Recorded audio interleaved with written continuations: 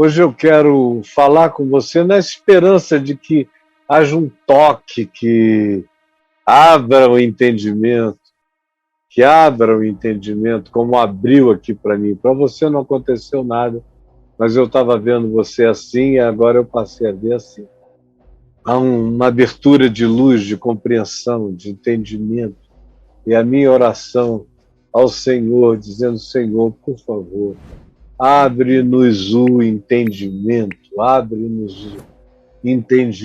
ajuda-nos a discernir. E eu quero que você abra, se puder, se não puder, no mínimo, preste toda a atenção que você conseguir, aqui em Romanos. Olha o texto de Romanos 6, do verso 19 ao verso 23. Então, veja aí. Por que eu quero falar sobre isso? É por causa da quantidade de idiotice que há no planeta. Esse planeta é o planeta da idiotice. A palavra idiota, originalmente no grego, não era negativa completamente. Ela apenas caracterizava aquele indivíduo que vivia exclusivamente para si mesmo. Esse era o idiota. Mas tinha também uma conotação de recluso, de ermitão, de quietão, de pessoa reservada e fechada. É por isso que a gente tem a expressão idiosincrasia, vem da mesma palavra grega, que é esse indivíduo dedicado às suas próprias manias, interesses, peculiaridades.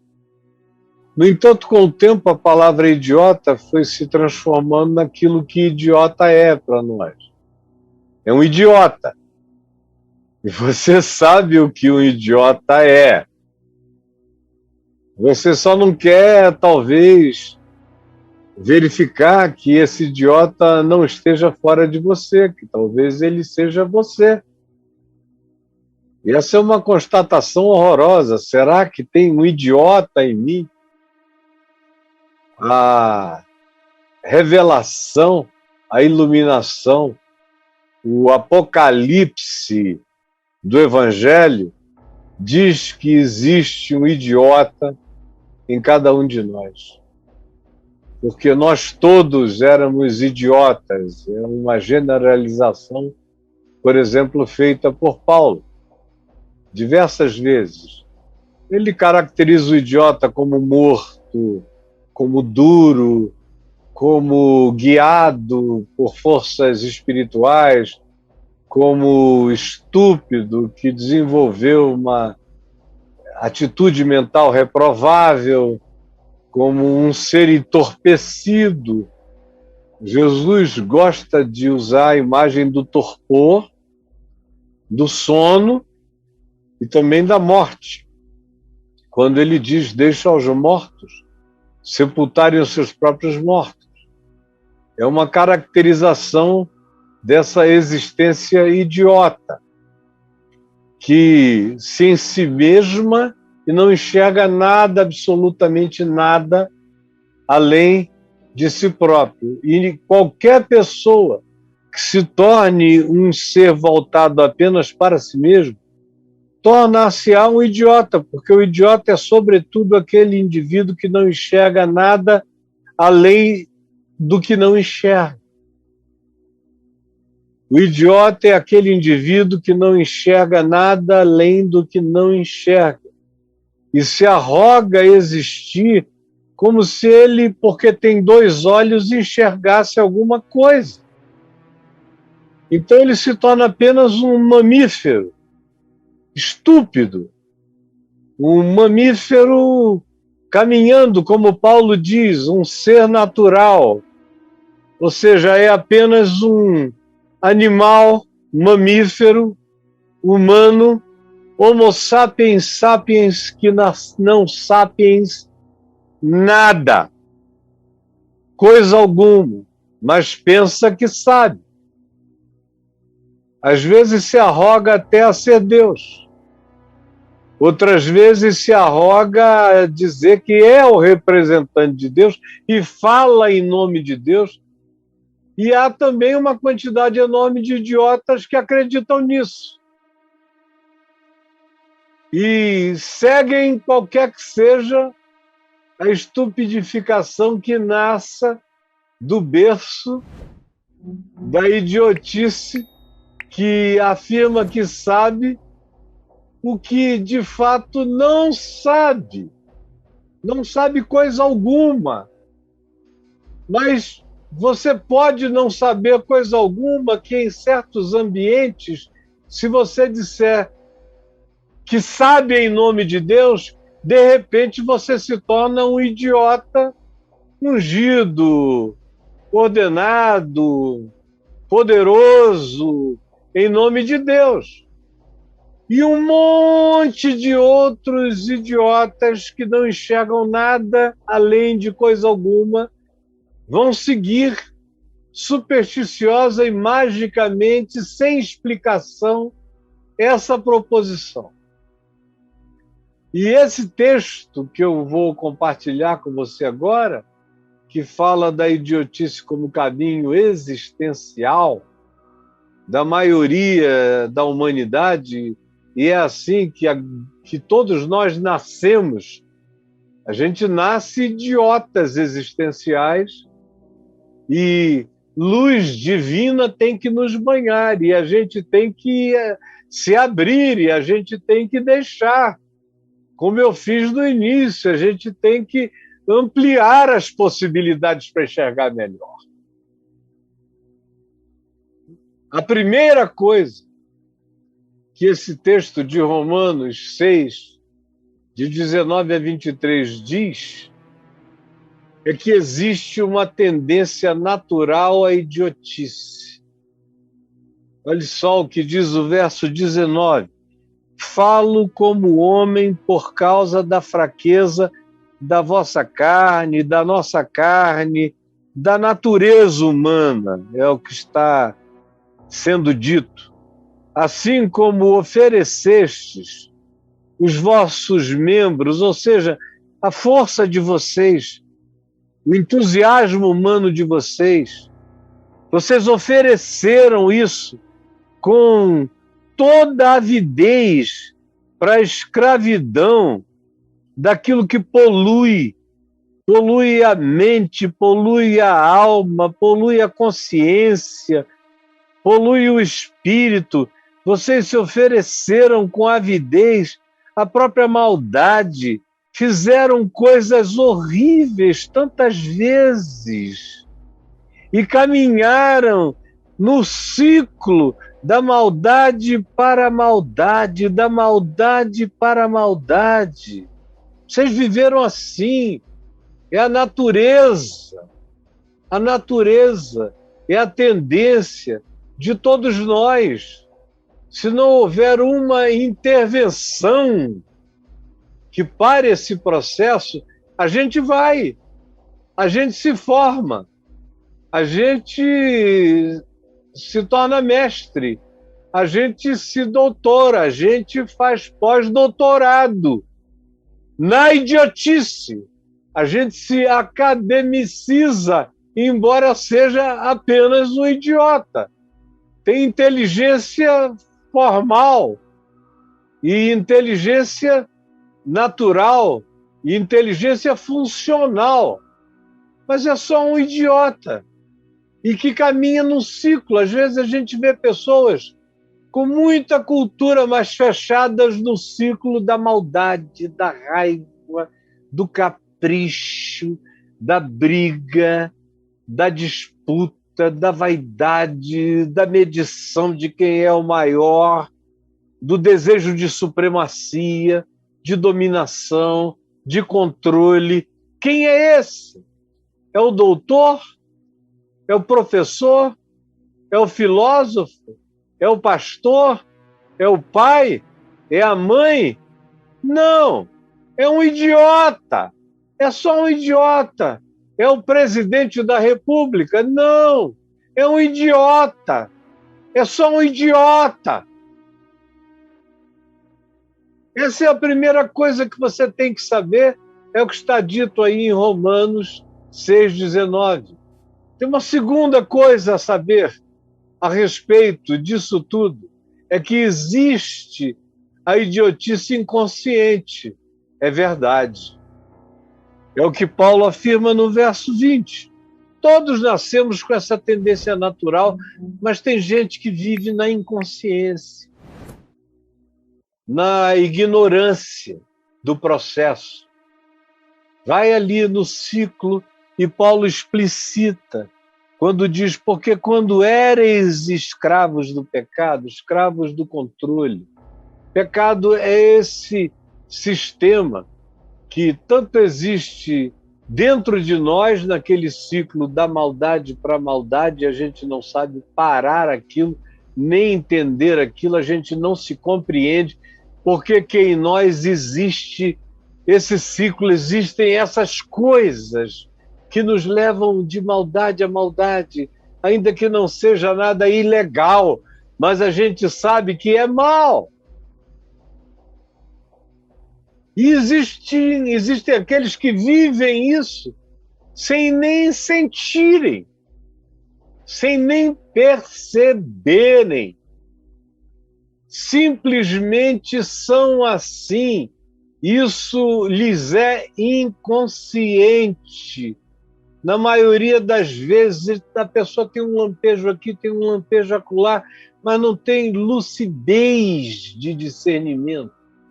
São só máquinas solares, como Paulo diz em 1 aos Coríntios, são carnais, são bonecos de carne, são androides, são projeções 3D de carne, aqui, vagando pelo mundo, inconscientemente, em relação ao mal que existe, ao mal que fazem, ao mal que escolhem, ao mal ao qual se entregam e servem. A palavra que Paulo usa é servir como escravo. Não sabem quebrar o ciclo daquele condicionamento, daquela dominação. Em Efésios 2, 1 e 2, Paulo diz que são dominadores. Dominadores da mente, dominadores de pensamentos, emuladores de desejos, de caprichos da carne e dos pensamentos. E a gente faz a vontade dessas pulsões, dessas provocações, dessas dominações, e a gente ainda chama isso, muitas vezes, de cultura familiar, a gente chama isso de modo de ser, a gente chama isso de cultura nacional, mas é apenas a funcionalidade idiótica da sua existência inconsciente. E você só vai levando, Meu Deus, Paulo diz, porque quando éreis escravos do pecado, estáveis, isentos em relação à justiça, ou seja, vocês não tinham nem condição de alcançar o significado de justiça, verdade. Isso era falado a vocês, mas vocês não entendiam, como Jesus disse.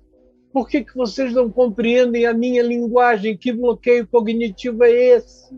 Que paredão é esse?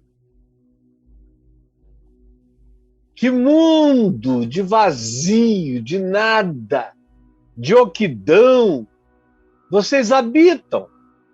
Vocês só vão sendo levados de moda em moda, de trend em trend, de tendência em tendência. E lá vão vocês. Quem são vocês? Quem você é? Aí tem uma terceira realidade que Paulo nos apresenta. Ele diz que existe a idiotice consciente, todavia. Tem gente que vai, mas tem gente que já sabe. Tem gente que já teve pelo menos remorso. Tem gente que um dia se arrependeu de algumas coisas. Tem gente que em alguma ocasião enxergou algumas coisas. No verso 21 ele diz: já para esses que têm um olhar histórico, naquele tempo evoca o fato de que essas pessoas já foram assim, deixaram de ser e estão tendendo a voltar a ser. E Paulo diz: vocês não são mais inconscientes, vocês são conscientes. Vocês já são aqueles em relação aos quais essa descrição está no passado. Mas existe agora uma tergiversação, uma dúvida, uma vontade de retroagir, de ir para o passado. Então diz ele, naquele tempo, que resultados colhestes? Quando vocês viviam assim, entregues a essa tendência natural e totalmente sem consciência do processo, só sendo levados, feridos, machucados, arrebentados, repetindo as mesmas coisas, querendo que dessa vez dê certo. Escolhem sempre as mesmas coisas, repetem as mesmas coisas e insanamente, idioticamente, esperam que dessa vez dê certo. E nunca dá certo, mas prosseguem vivendo na mesmice dessa existência porque não tem consciência. Todavia, você tem. Você é daquele acerca de quem se mostra um passado e diz: escuta, lembra? Qual foi o fruto que você colheu? Qual foi o resultado? Você quer voltar para aquilo ali? Como Pedro diz, como um cão, você quer voltar ao vômito, ou como uma porca quer voltar a revolver-se na lama? Você quer isso? Tem certeza? Você não tem mais esse argumento da inconsciência. Agora você está cara a cara com a justiça. Você já viu. Ele então diz: que resultado colhestes? Somente as coisas de que agora vos envergonhais, porque o fim delas é a morte. Acordem, vocês já passaram por isso, querem voltar por isso. Lembrem de como era horrível, angustioso, de como era infernoso. Por mais que vocês não soubessem, era o ciclo da maldade para a maldade, ou a repetição inconscientemente insana das mesmas coisas, querendo que agora o resultado seja diferente. Vivendo de magia, crendo que vão pular do pináculo do templo e dessa vez não vão se espatifar, se esborrachar, se esfarelar contra a verdade, contra a existência, contra a realidade. E aí vem uma quarta afirmação de Paulo. Ele diz que existe a cura para a idiotice. Ele diz: olha, é natural e vai da maldade para a maldade. Ele diz, além disso, que existe aquelas expressões dessa atitude que podem ir da tendência natural, que encontram dentro da gente a manifestação de ciclos inconscientes, porém que nos ferem, que nos machucam. Ele diz que existe o estado consciente, deliberado, e exorta e diz: não faça isso. O fim é morte. Você sabe, não brinque disso. E diz, todavia, graças a Deus, senão eu estava perdido. Ele diz que existe cura para minha idiotice, para a sua idiotice. Para a idiotice dele, Paulo, existe cura. Existe sempre a chance dessa intervenção da graça de Deus na gente. Porque é fácil a gente ir ficando idiota, adormecido. É fácil a gente ser pervadido e ficar perversificado, idioticamente possuído, sutilmente enganado, como Paulo diz, receio que assim como foi com a mulher, vós também tenhais sido enganados pela serpente e tenhas perdido a pureza e a simplicidade devidos a Cristo Jesus. É fácil. A gente confunde, porque essa manifestação espiritual, essas potestades da idiotice, chegam às vezes em nome da justiça, em nome da luz, evocam Jesus, dizem qualquer coisa, botam Deus acima de tudo. E aí as pessoas simplesmente param, se bloqueiam, não querem mais pensar, se entregam à estupidez. É fácil acontecer, mas tem cura. Tem cura para você hoje, tem cura para a idiotice. Paulo diz, agora, porém, agora tem um porém no meu agora tem um porém, e tem um porém divino no meu agora. Se eu pudesse fazer você repetir comigo, eu faria. Agora tem um porém. E agora tem um porém divino no meu agora. Agora tem um porém. Porém, agora tem uma intervenção divina no meu agora. Existe cura para a idiotice. Agora, porém, libertados do pecado, libertados da idiotice, iluminados, acordados, desperta, tu que dormes, sai daí, olha, enxerga, vem para fora. Agora libertados do pecado, do bloqueio, do impedimento, dessa fissura, dessa deficiência cognitiva básica,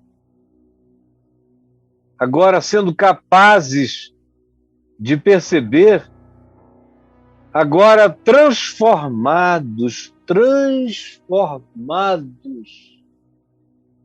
Existe cura transformadora para esse estado idiótico, para esse pecado. É o pecado que nos idiotifica.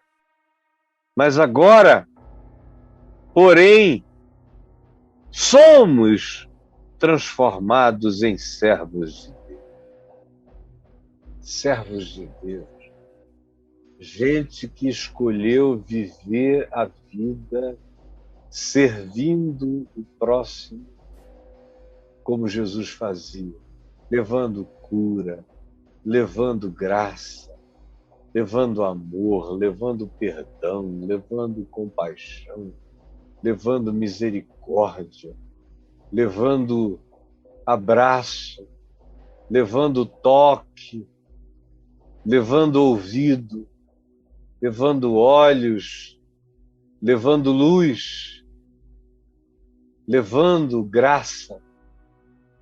Foi isso que ele fez, e ele nos enviou para que nós fizéssemos a mesma coisa, fôssemos manifestação dele. Ele é a luz e nós somos luzes que refletem a mesma luz se vivermos a vida dele. Se vivermos a vida dele. Se formos transformados nele. Não mais vivendo de maldade em maldade, mas agora transformados, vivendo de glória em glória, de fé em fé, de justiça em justiça, crescendo todo dia em maturidade espiritual, em discernimento, em compreensão, em força, em alegria celestial, em poder do Espírito Santo, em fé inafastável, botando o espigão do ser na profundidade do chão de Deus, plantados como árvores de vida no meio da existência. Existe cura para a idiotice. E uma quinta coisa que Paulo afirma para todos nós: existe graça de luz maior do que qualquer idiotice. Repita isso comigo: existe graça de luz maior do que qualquer idiotice. Eu já vi os maiores idiotas se transformarem em seres iluminados, como Paulo. Meu Deus, quem é que quer concorrer em idiotice com Paulo? Quem? Bota idiotice braba nisso aí. Não é brava, é braba. Aquela idiotice de ogros espirituais, de cara persecutório, supremacista. Ele achava que por ser judeu da tribo de Benjamim, por ter estudado aos pés de Gamaliel, era tipo, estudei em Harvard. Ele achava que, porque ele se avantajava, ele era prodigioso e estava acima de todos os da sua idade, era um gênio. E era reverenciado pelos mais velhos e carregava um poder de tirania, de absolutização de desejos, que fizeram com que ele, jovem, tivesse cartas de autorização para prender. Era um cara que prendia, que torturava. Paulo foi um torturador. Esse Daniel Silveira não servia nem para ser recruta zero, aonde Paulo era intendente. Não. Ele era torturador de crentes. Ficava ali babando até o crente dizer que Jesus não era ninguém, obrigando-os a negarem, a blasfemarem. Dava palavras de blasfêmia, botava-as na boca dos caras. E ele tinha prazer nisso. Ele ticava, ele listava as conquistas do terror, e quando o indivíduo não se dobrava, ele mandava matar. Não era distante como Pilatos, não, ele estava lá. Ele diz: eu, não foram outros, eu persegui, eu maltratei, eu torturei, eu obriguei, eu matei, levei-os à morte. Esse cara foi quem escreveu tudo isso aqui sobre idiotice. Foi ele. Ele que foi vencido pela luz da ressurreição, do poder glorificado e glorificante de Jesus. Foi ele. Foi essa coisa poderosa e devastadora que veio da eternidade, colocou os dois pés na consciência desse indivíduo. E ele diz que foi como o início do mundo. Ele diz, então, de trevas resplandeceu luz. Ele diz que foi como uma barragem, a barreira dele não aguentou e a graça explodiu, transbordou. A palavra original é rompeu, arrebentou, transbordou a graça de Deus, é o que ele diz a Timóteo. Ele diz aos coríntios que foi como nascer de fórceps, arrancado à força pelo poder da ressurreição. Ele diz, por último, eu vi a ressurreição. Eu vi o ressuscitar. Ele usa várias metáforas para designar como é que o idiota pode ser visitado por essa graça maior do que qualquer que seja a burrice, a idiotice, a estupidez instalada no ser. Olha o que ele diz no verso 23, quando ele afirma, porque o salário do pecado é a morte. Isso a gente já está sabendo desde lá de cima. Mas, isso aqui é que é poderoso. Olha aqui para mim. Isto aqui é que é poderoso. Mas o dom gratuito, a idiotice é natural, mas a cura dela é gratuita. Repita isso comigo, a idiotice é natural, mas a cura dela é gratuita. É mais do que natural, é sobrenatural, é gratuito. Atravessa a natureza das coisas idiotizadas e eclode luz divina em nós. A idiotice é natural, mas a superabundante graça de Deus é gratuita. O dom gratuito de Deus é a vida eterna em Cristo Jesus, o nosso Senhor. Aleluia! E vá dormir com esse barulho. É bom demais ter essa segurança, essa certeza e aceitar essa transformação, submeter-se a esse poder, a essa consciência, a esse dunamis transformador, a instalação dessa força crescente, transformadora que vem da sua singela aceitação da graça, da gratuidade. Não resista.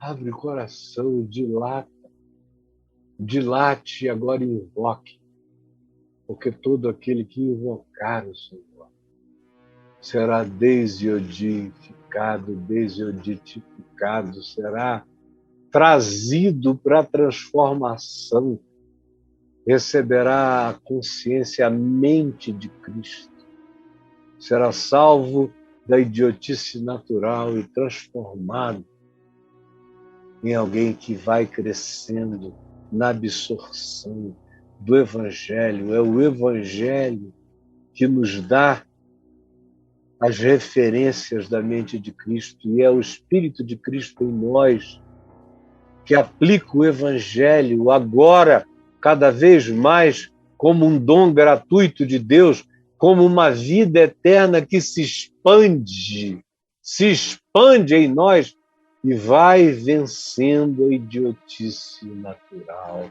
dia a dia. E aí, quando a gente vira Homo sapiens sapiens, a gente fica sabendo que não quer saber nada que não seja amor, graça, misericórdia, justiça, verdade, fidelidade. bondade, mansidão, domínio próprio. Em nome de Jesus. Amém e amém.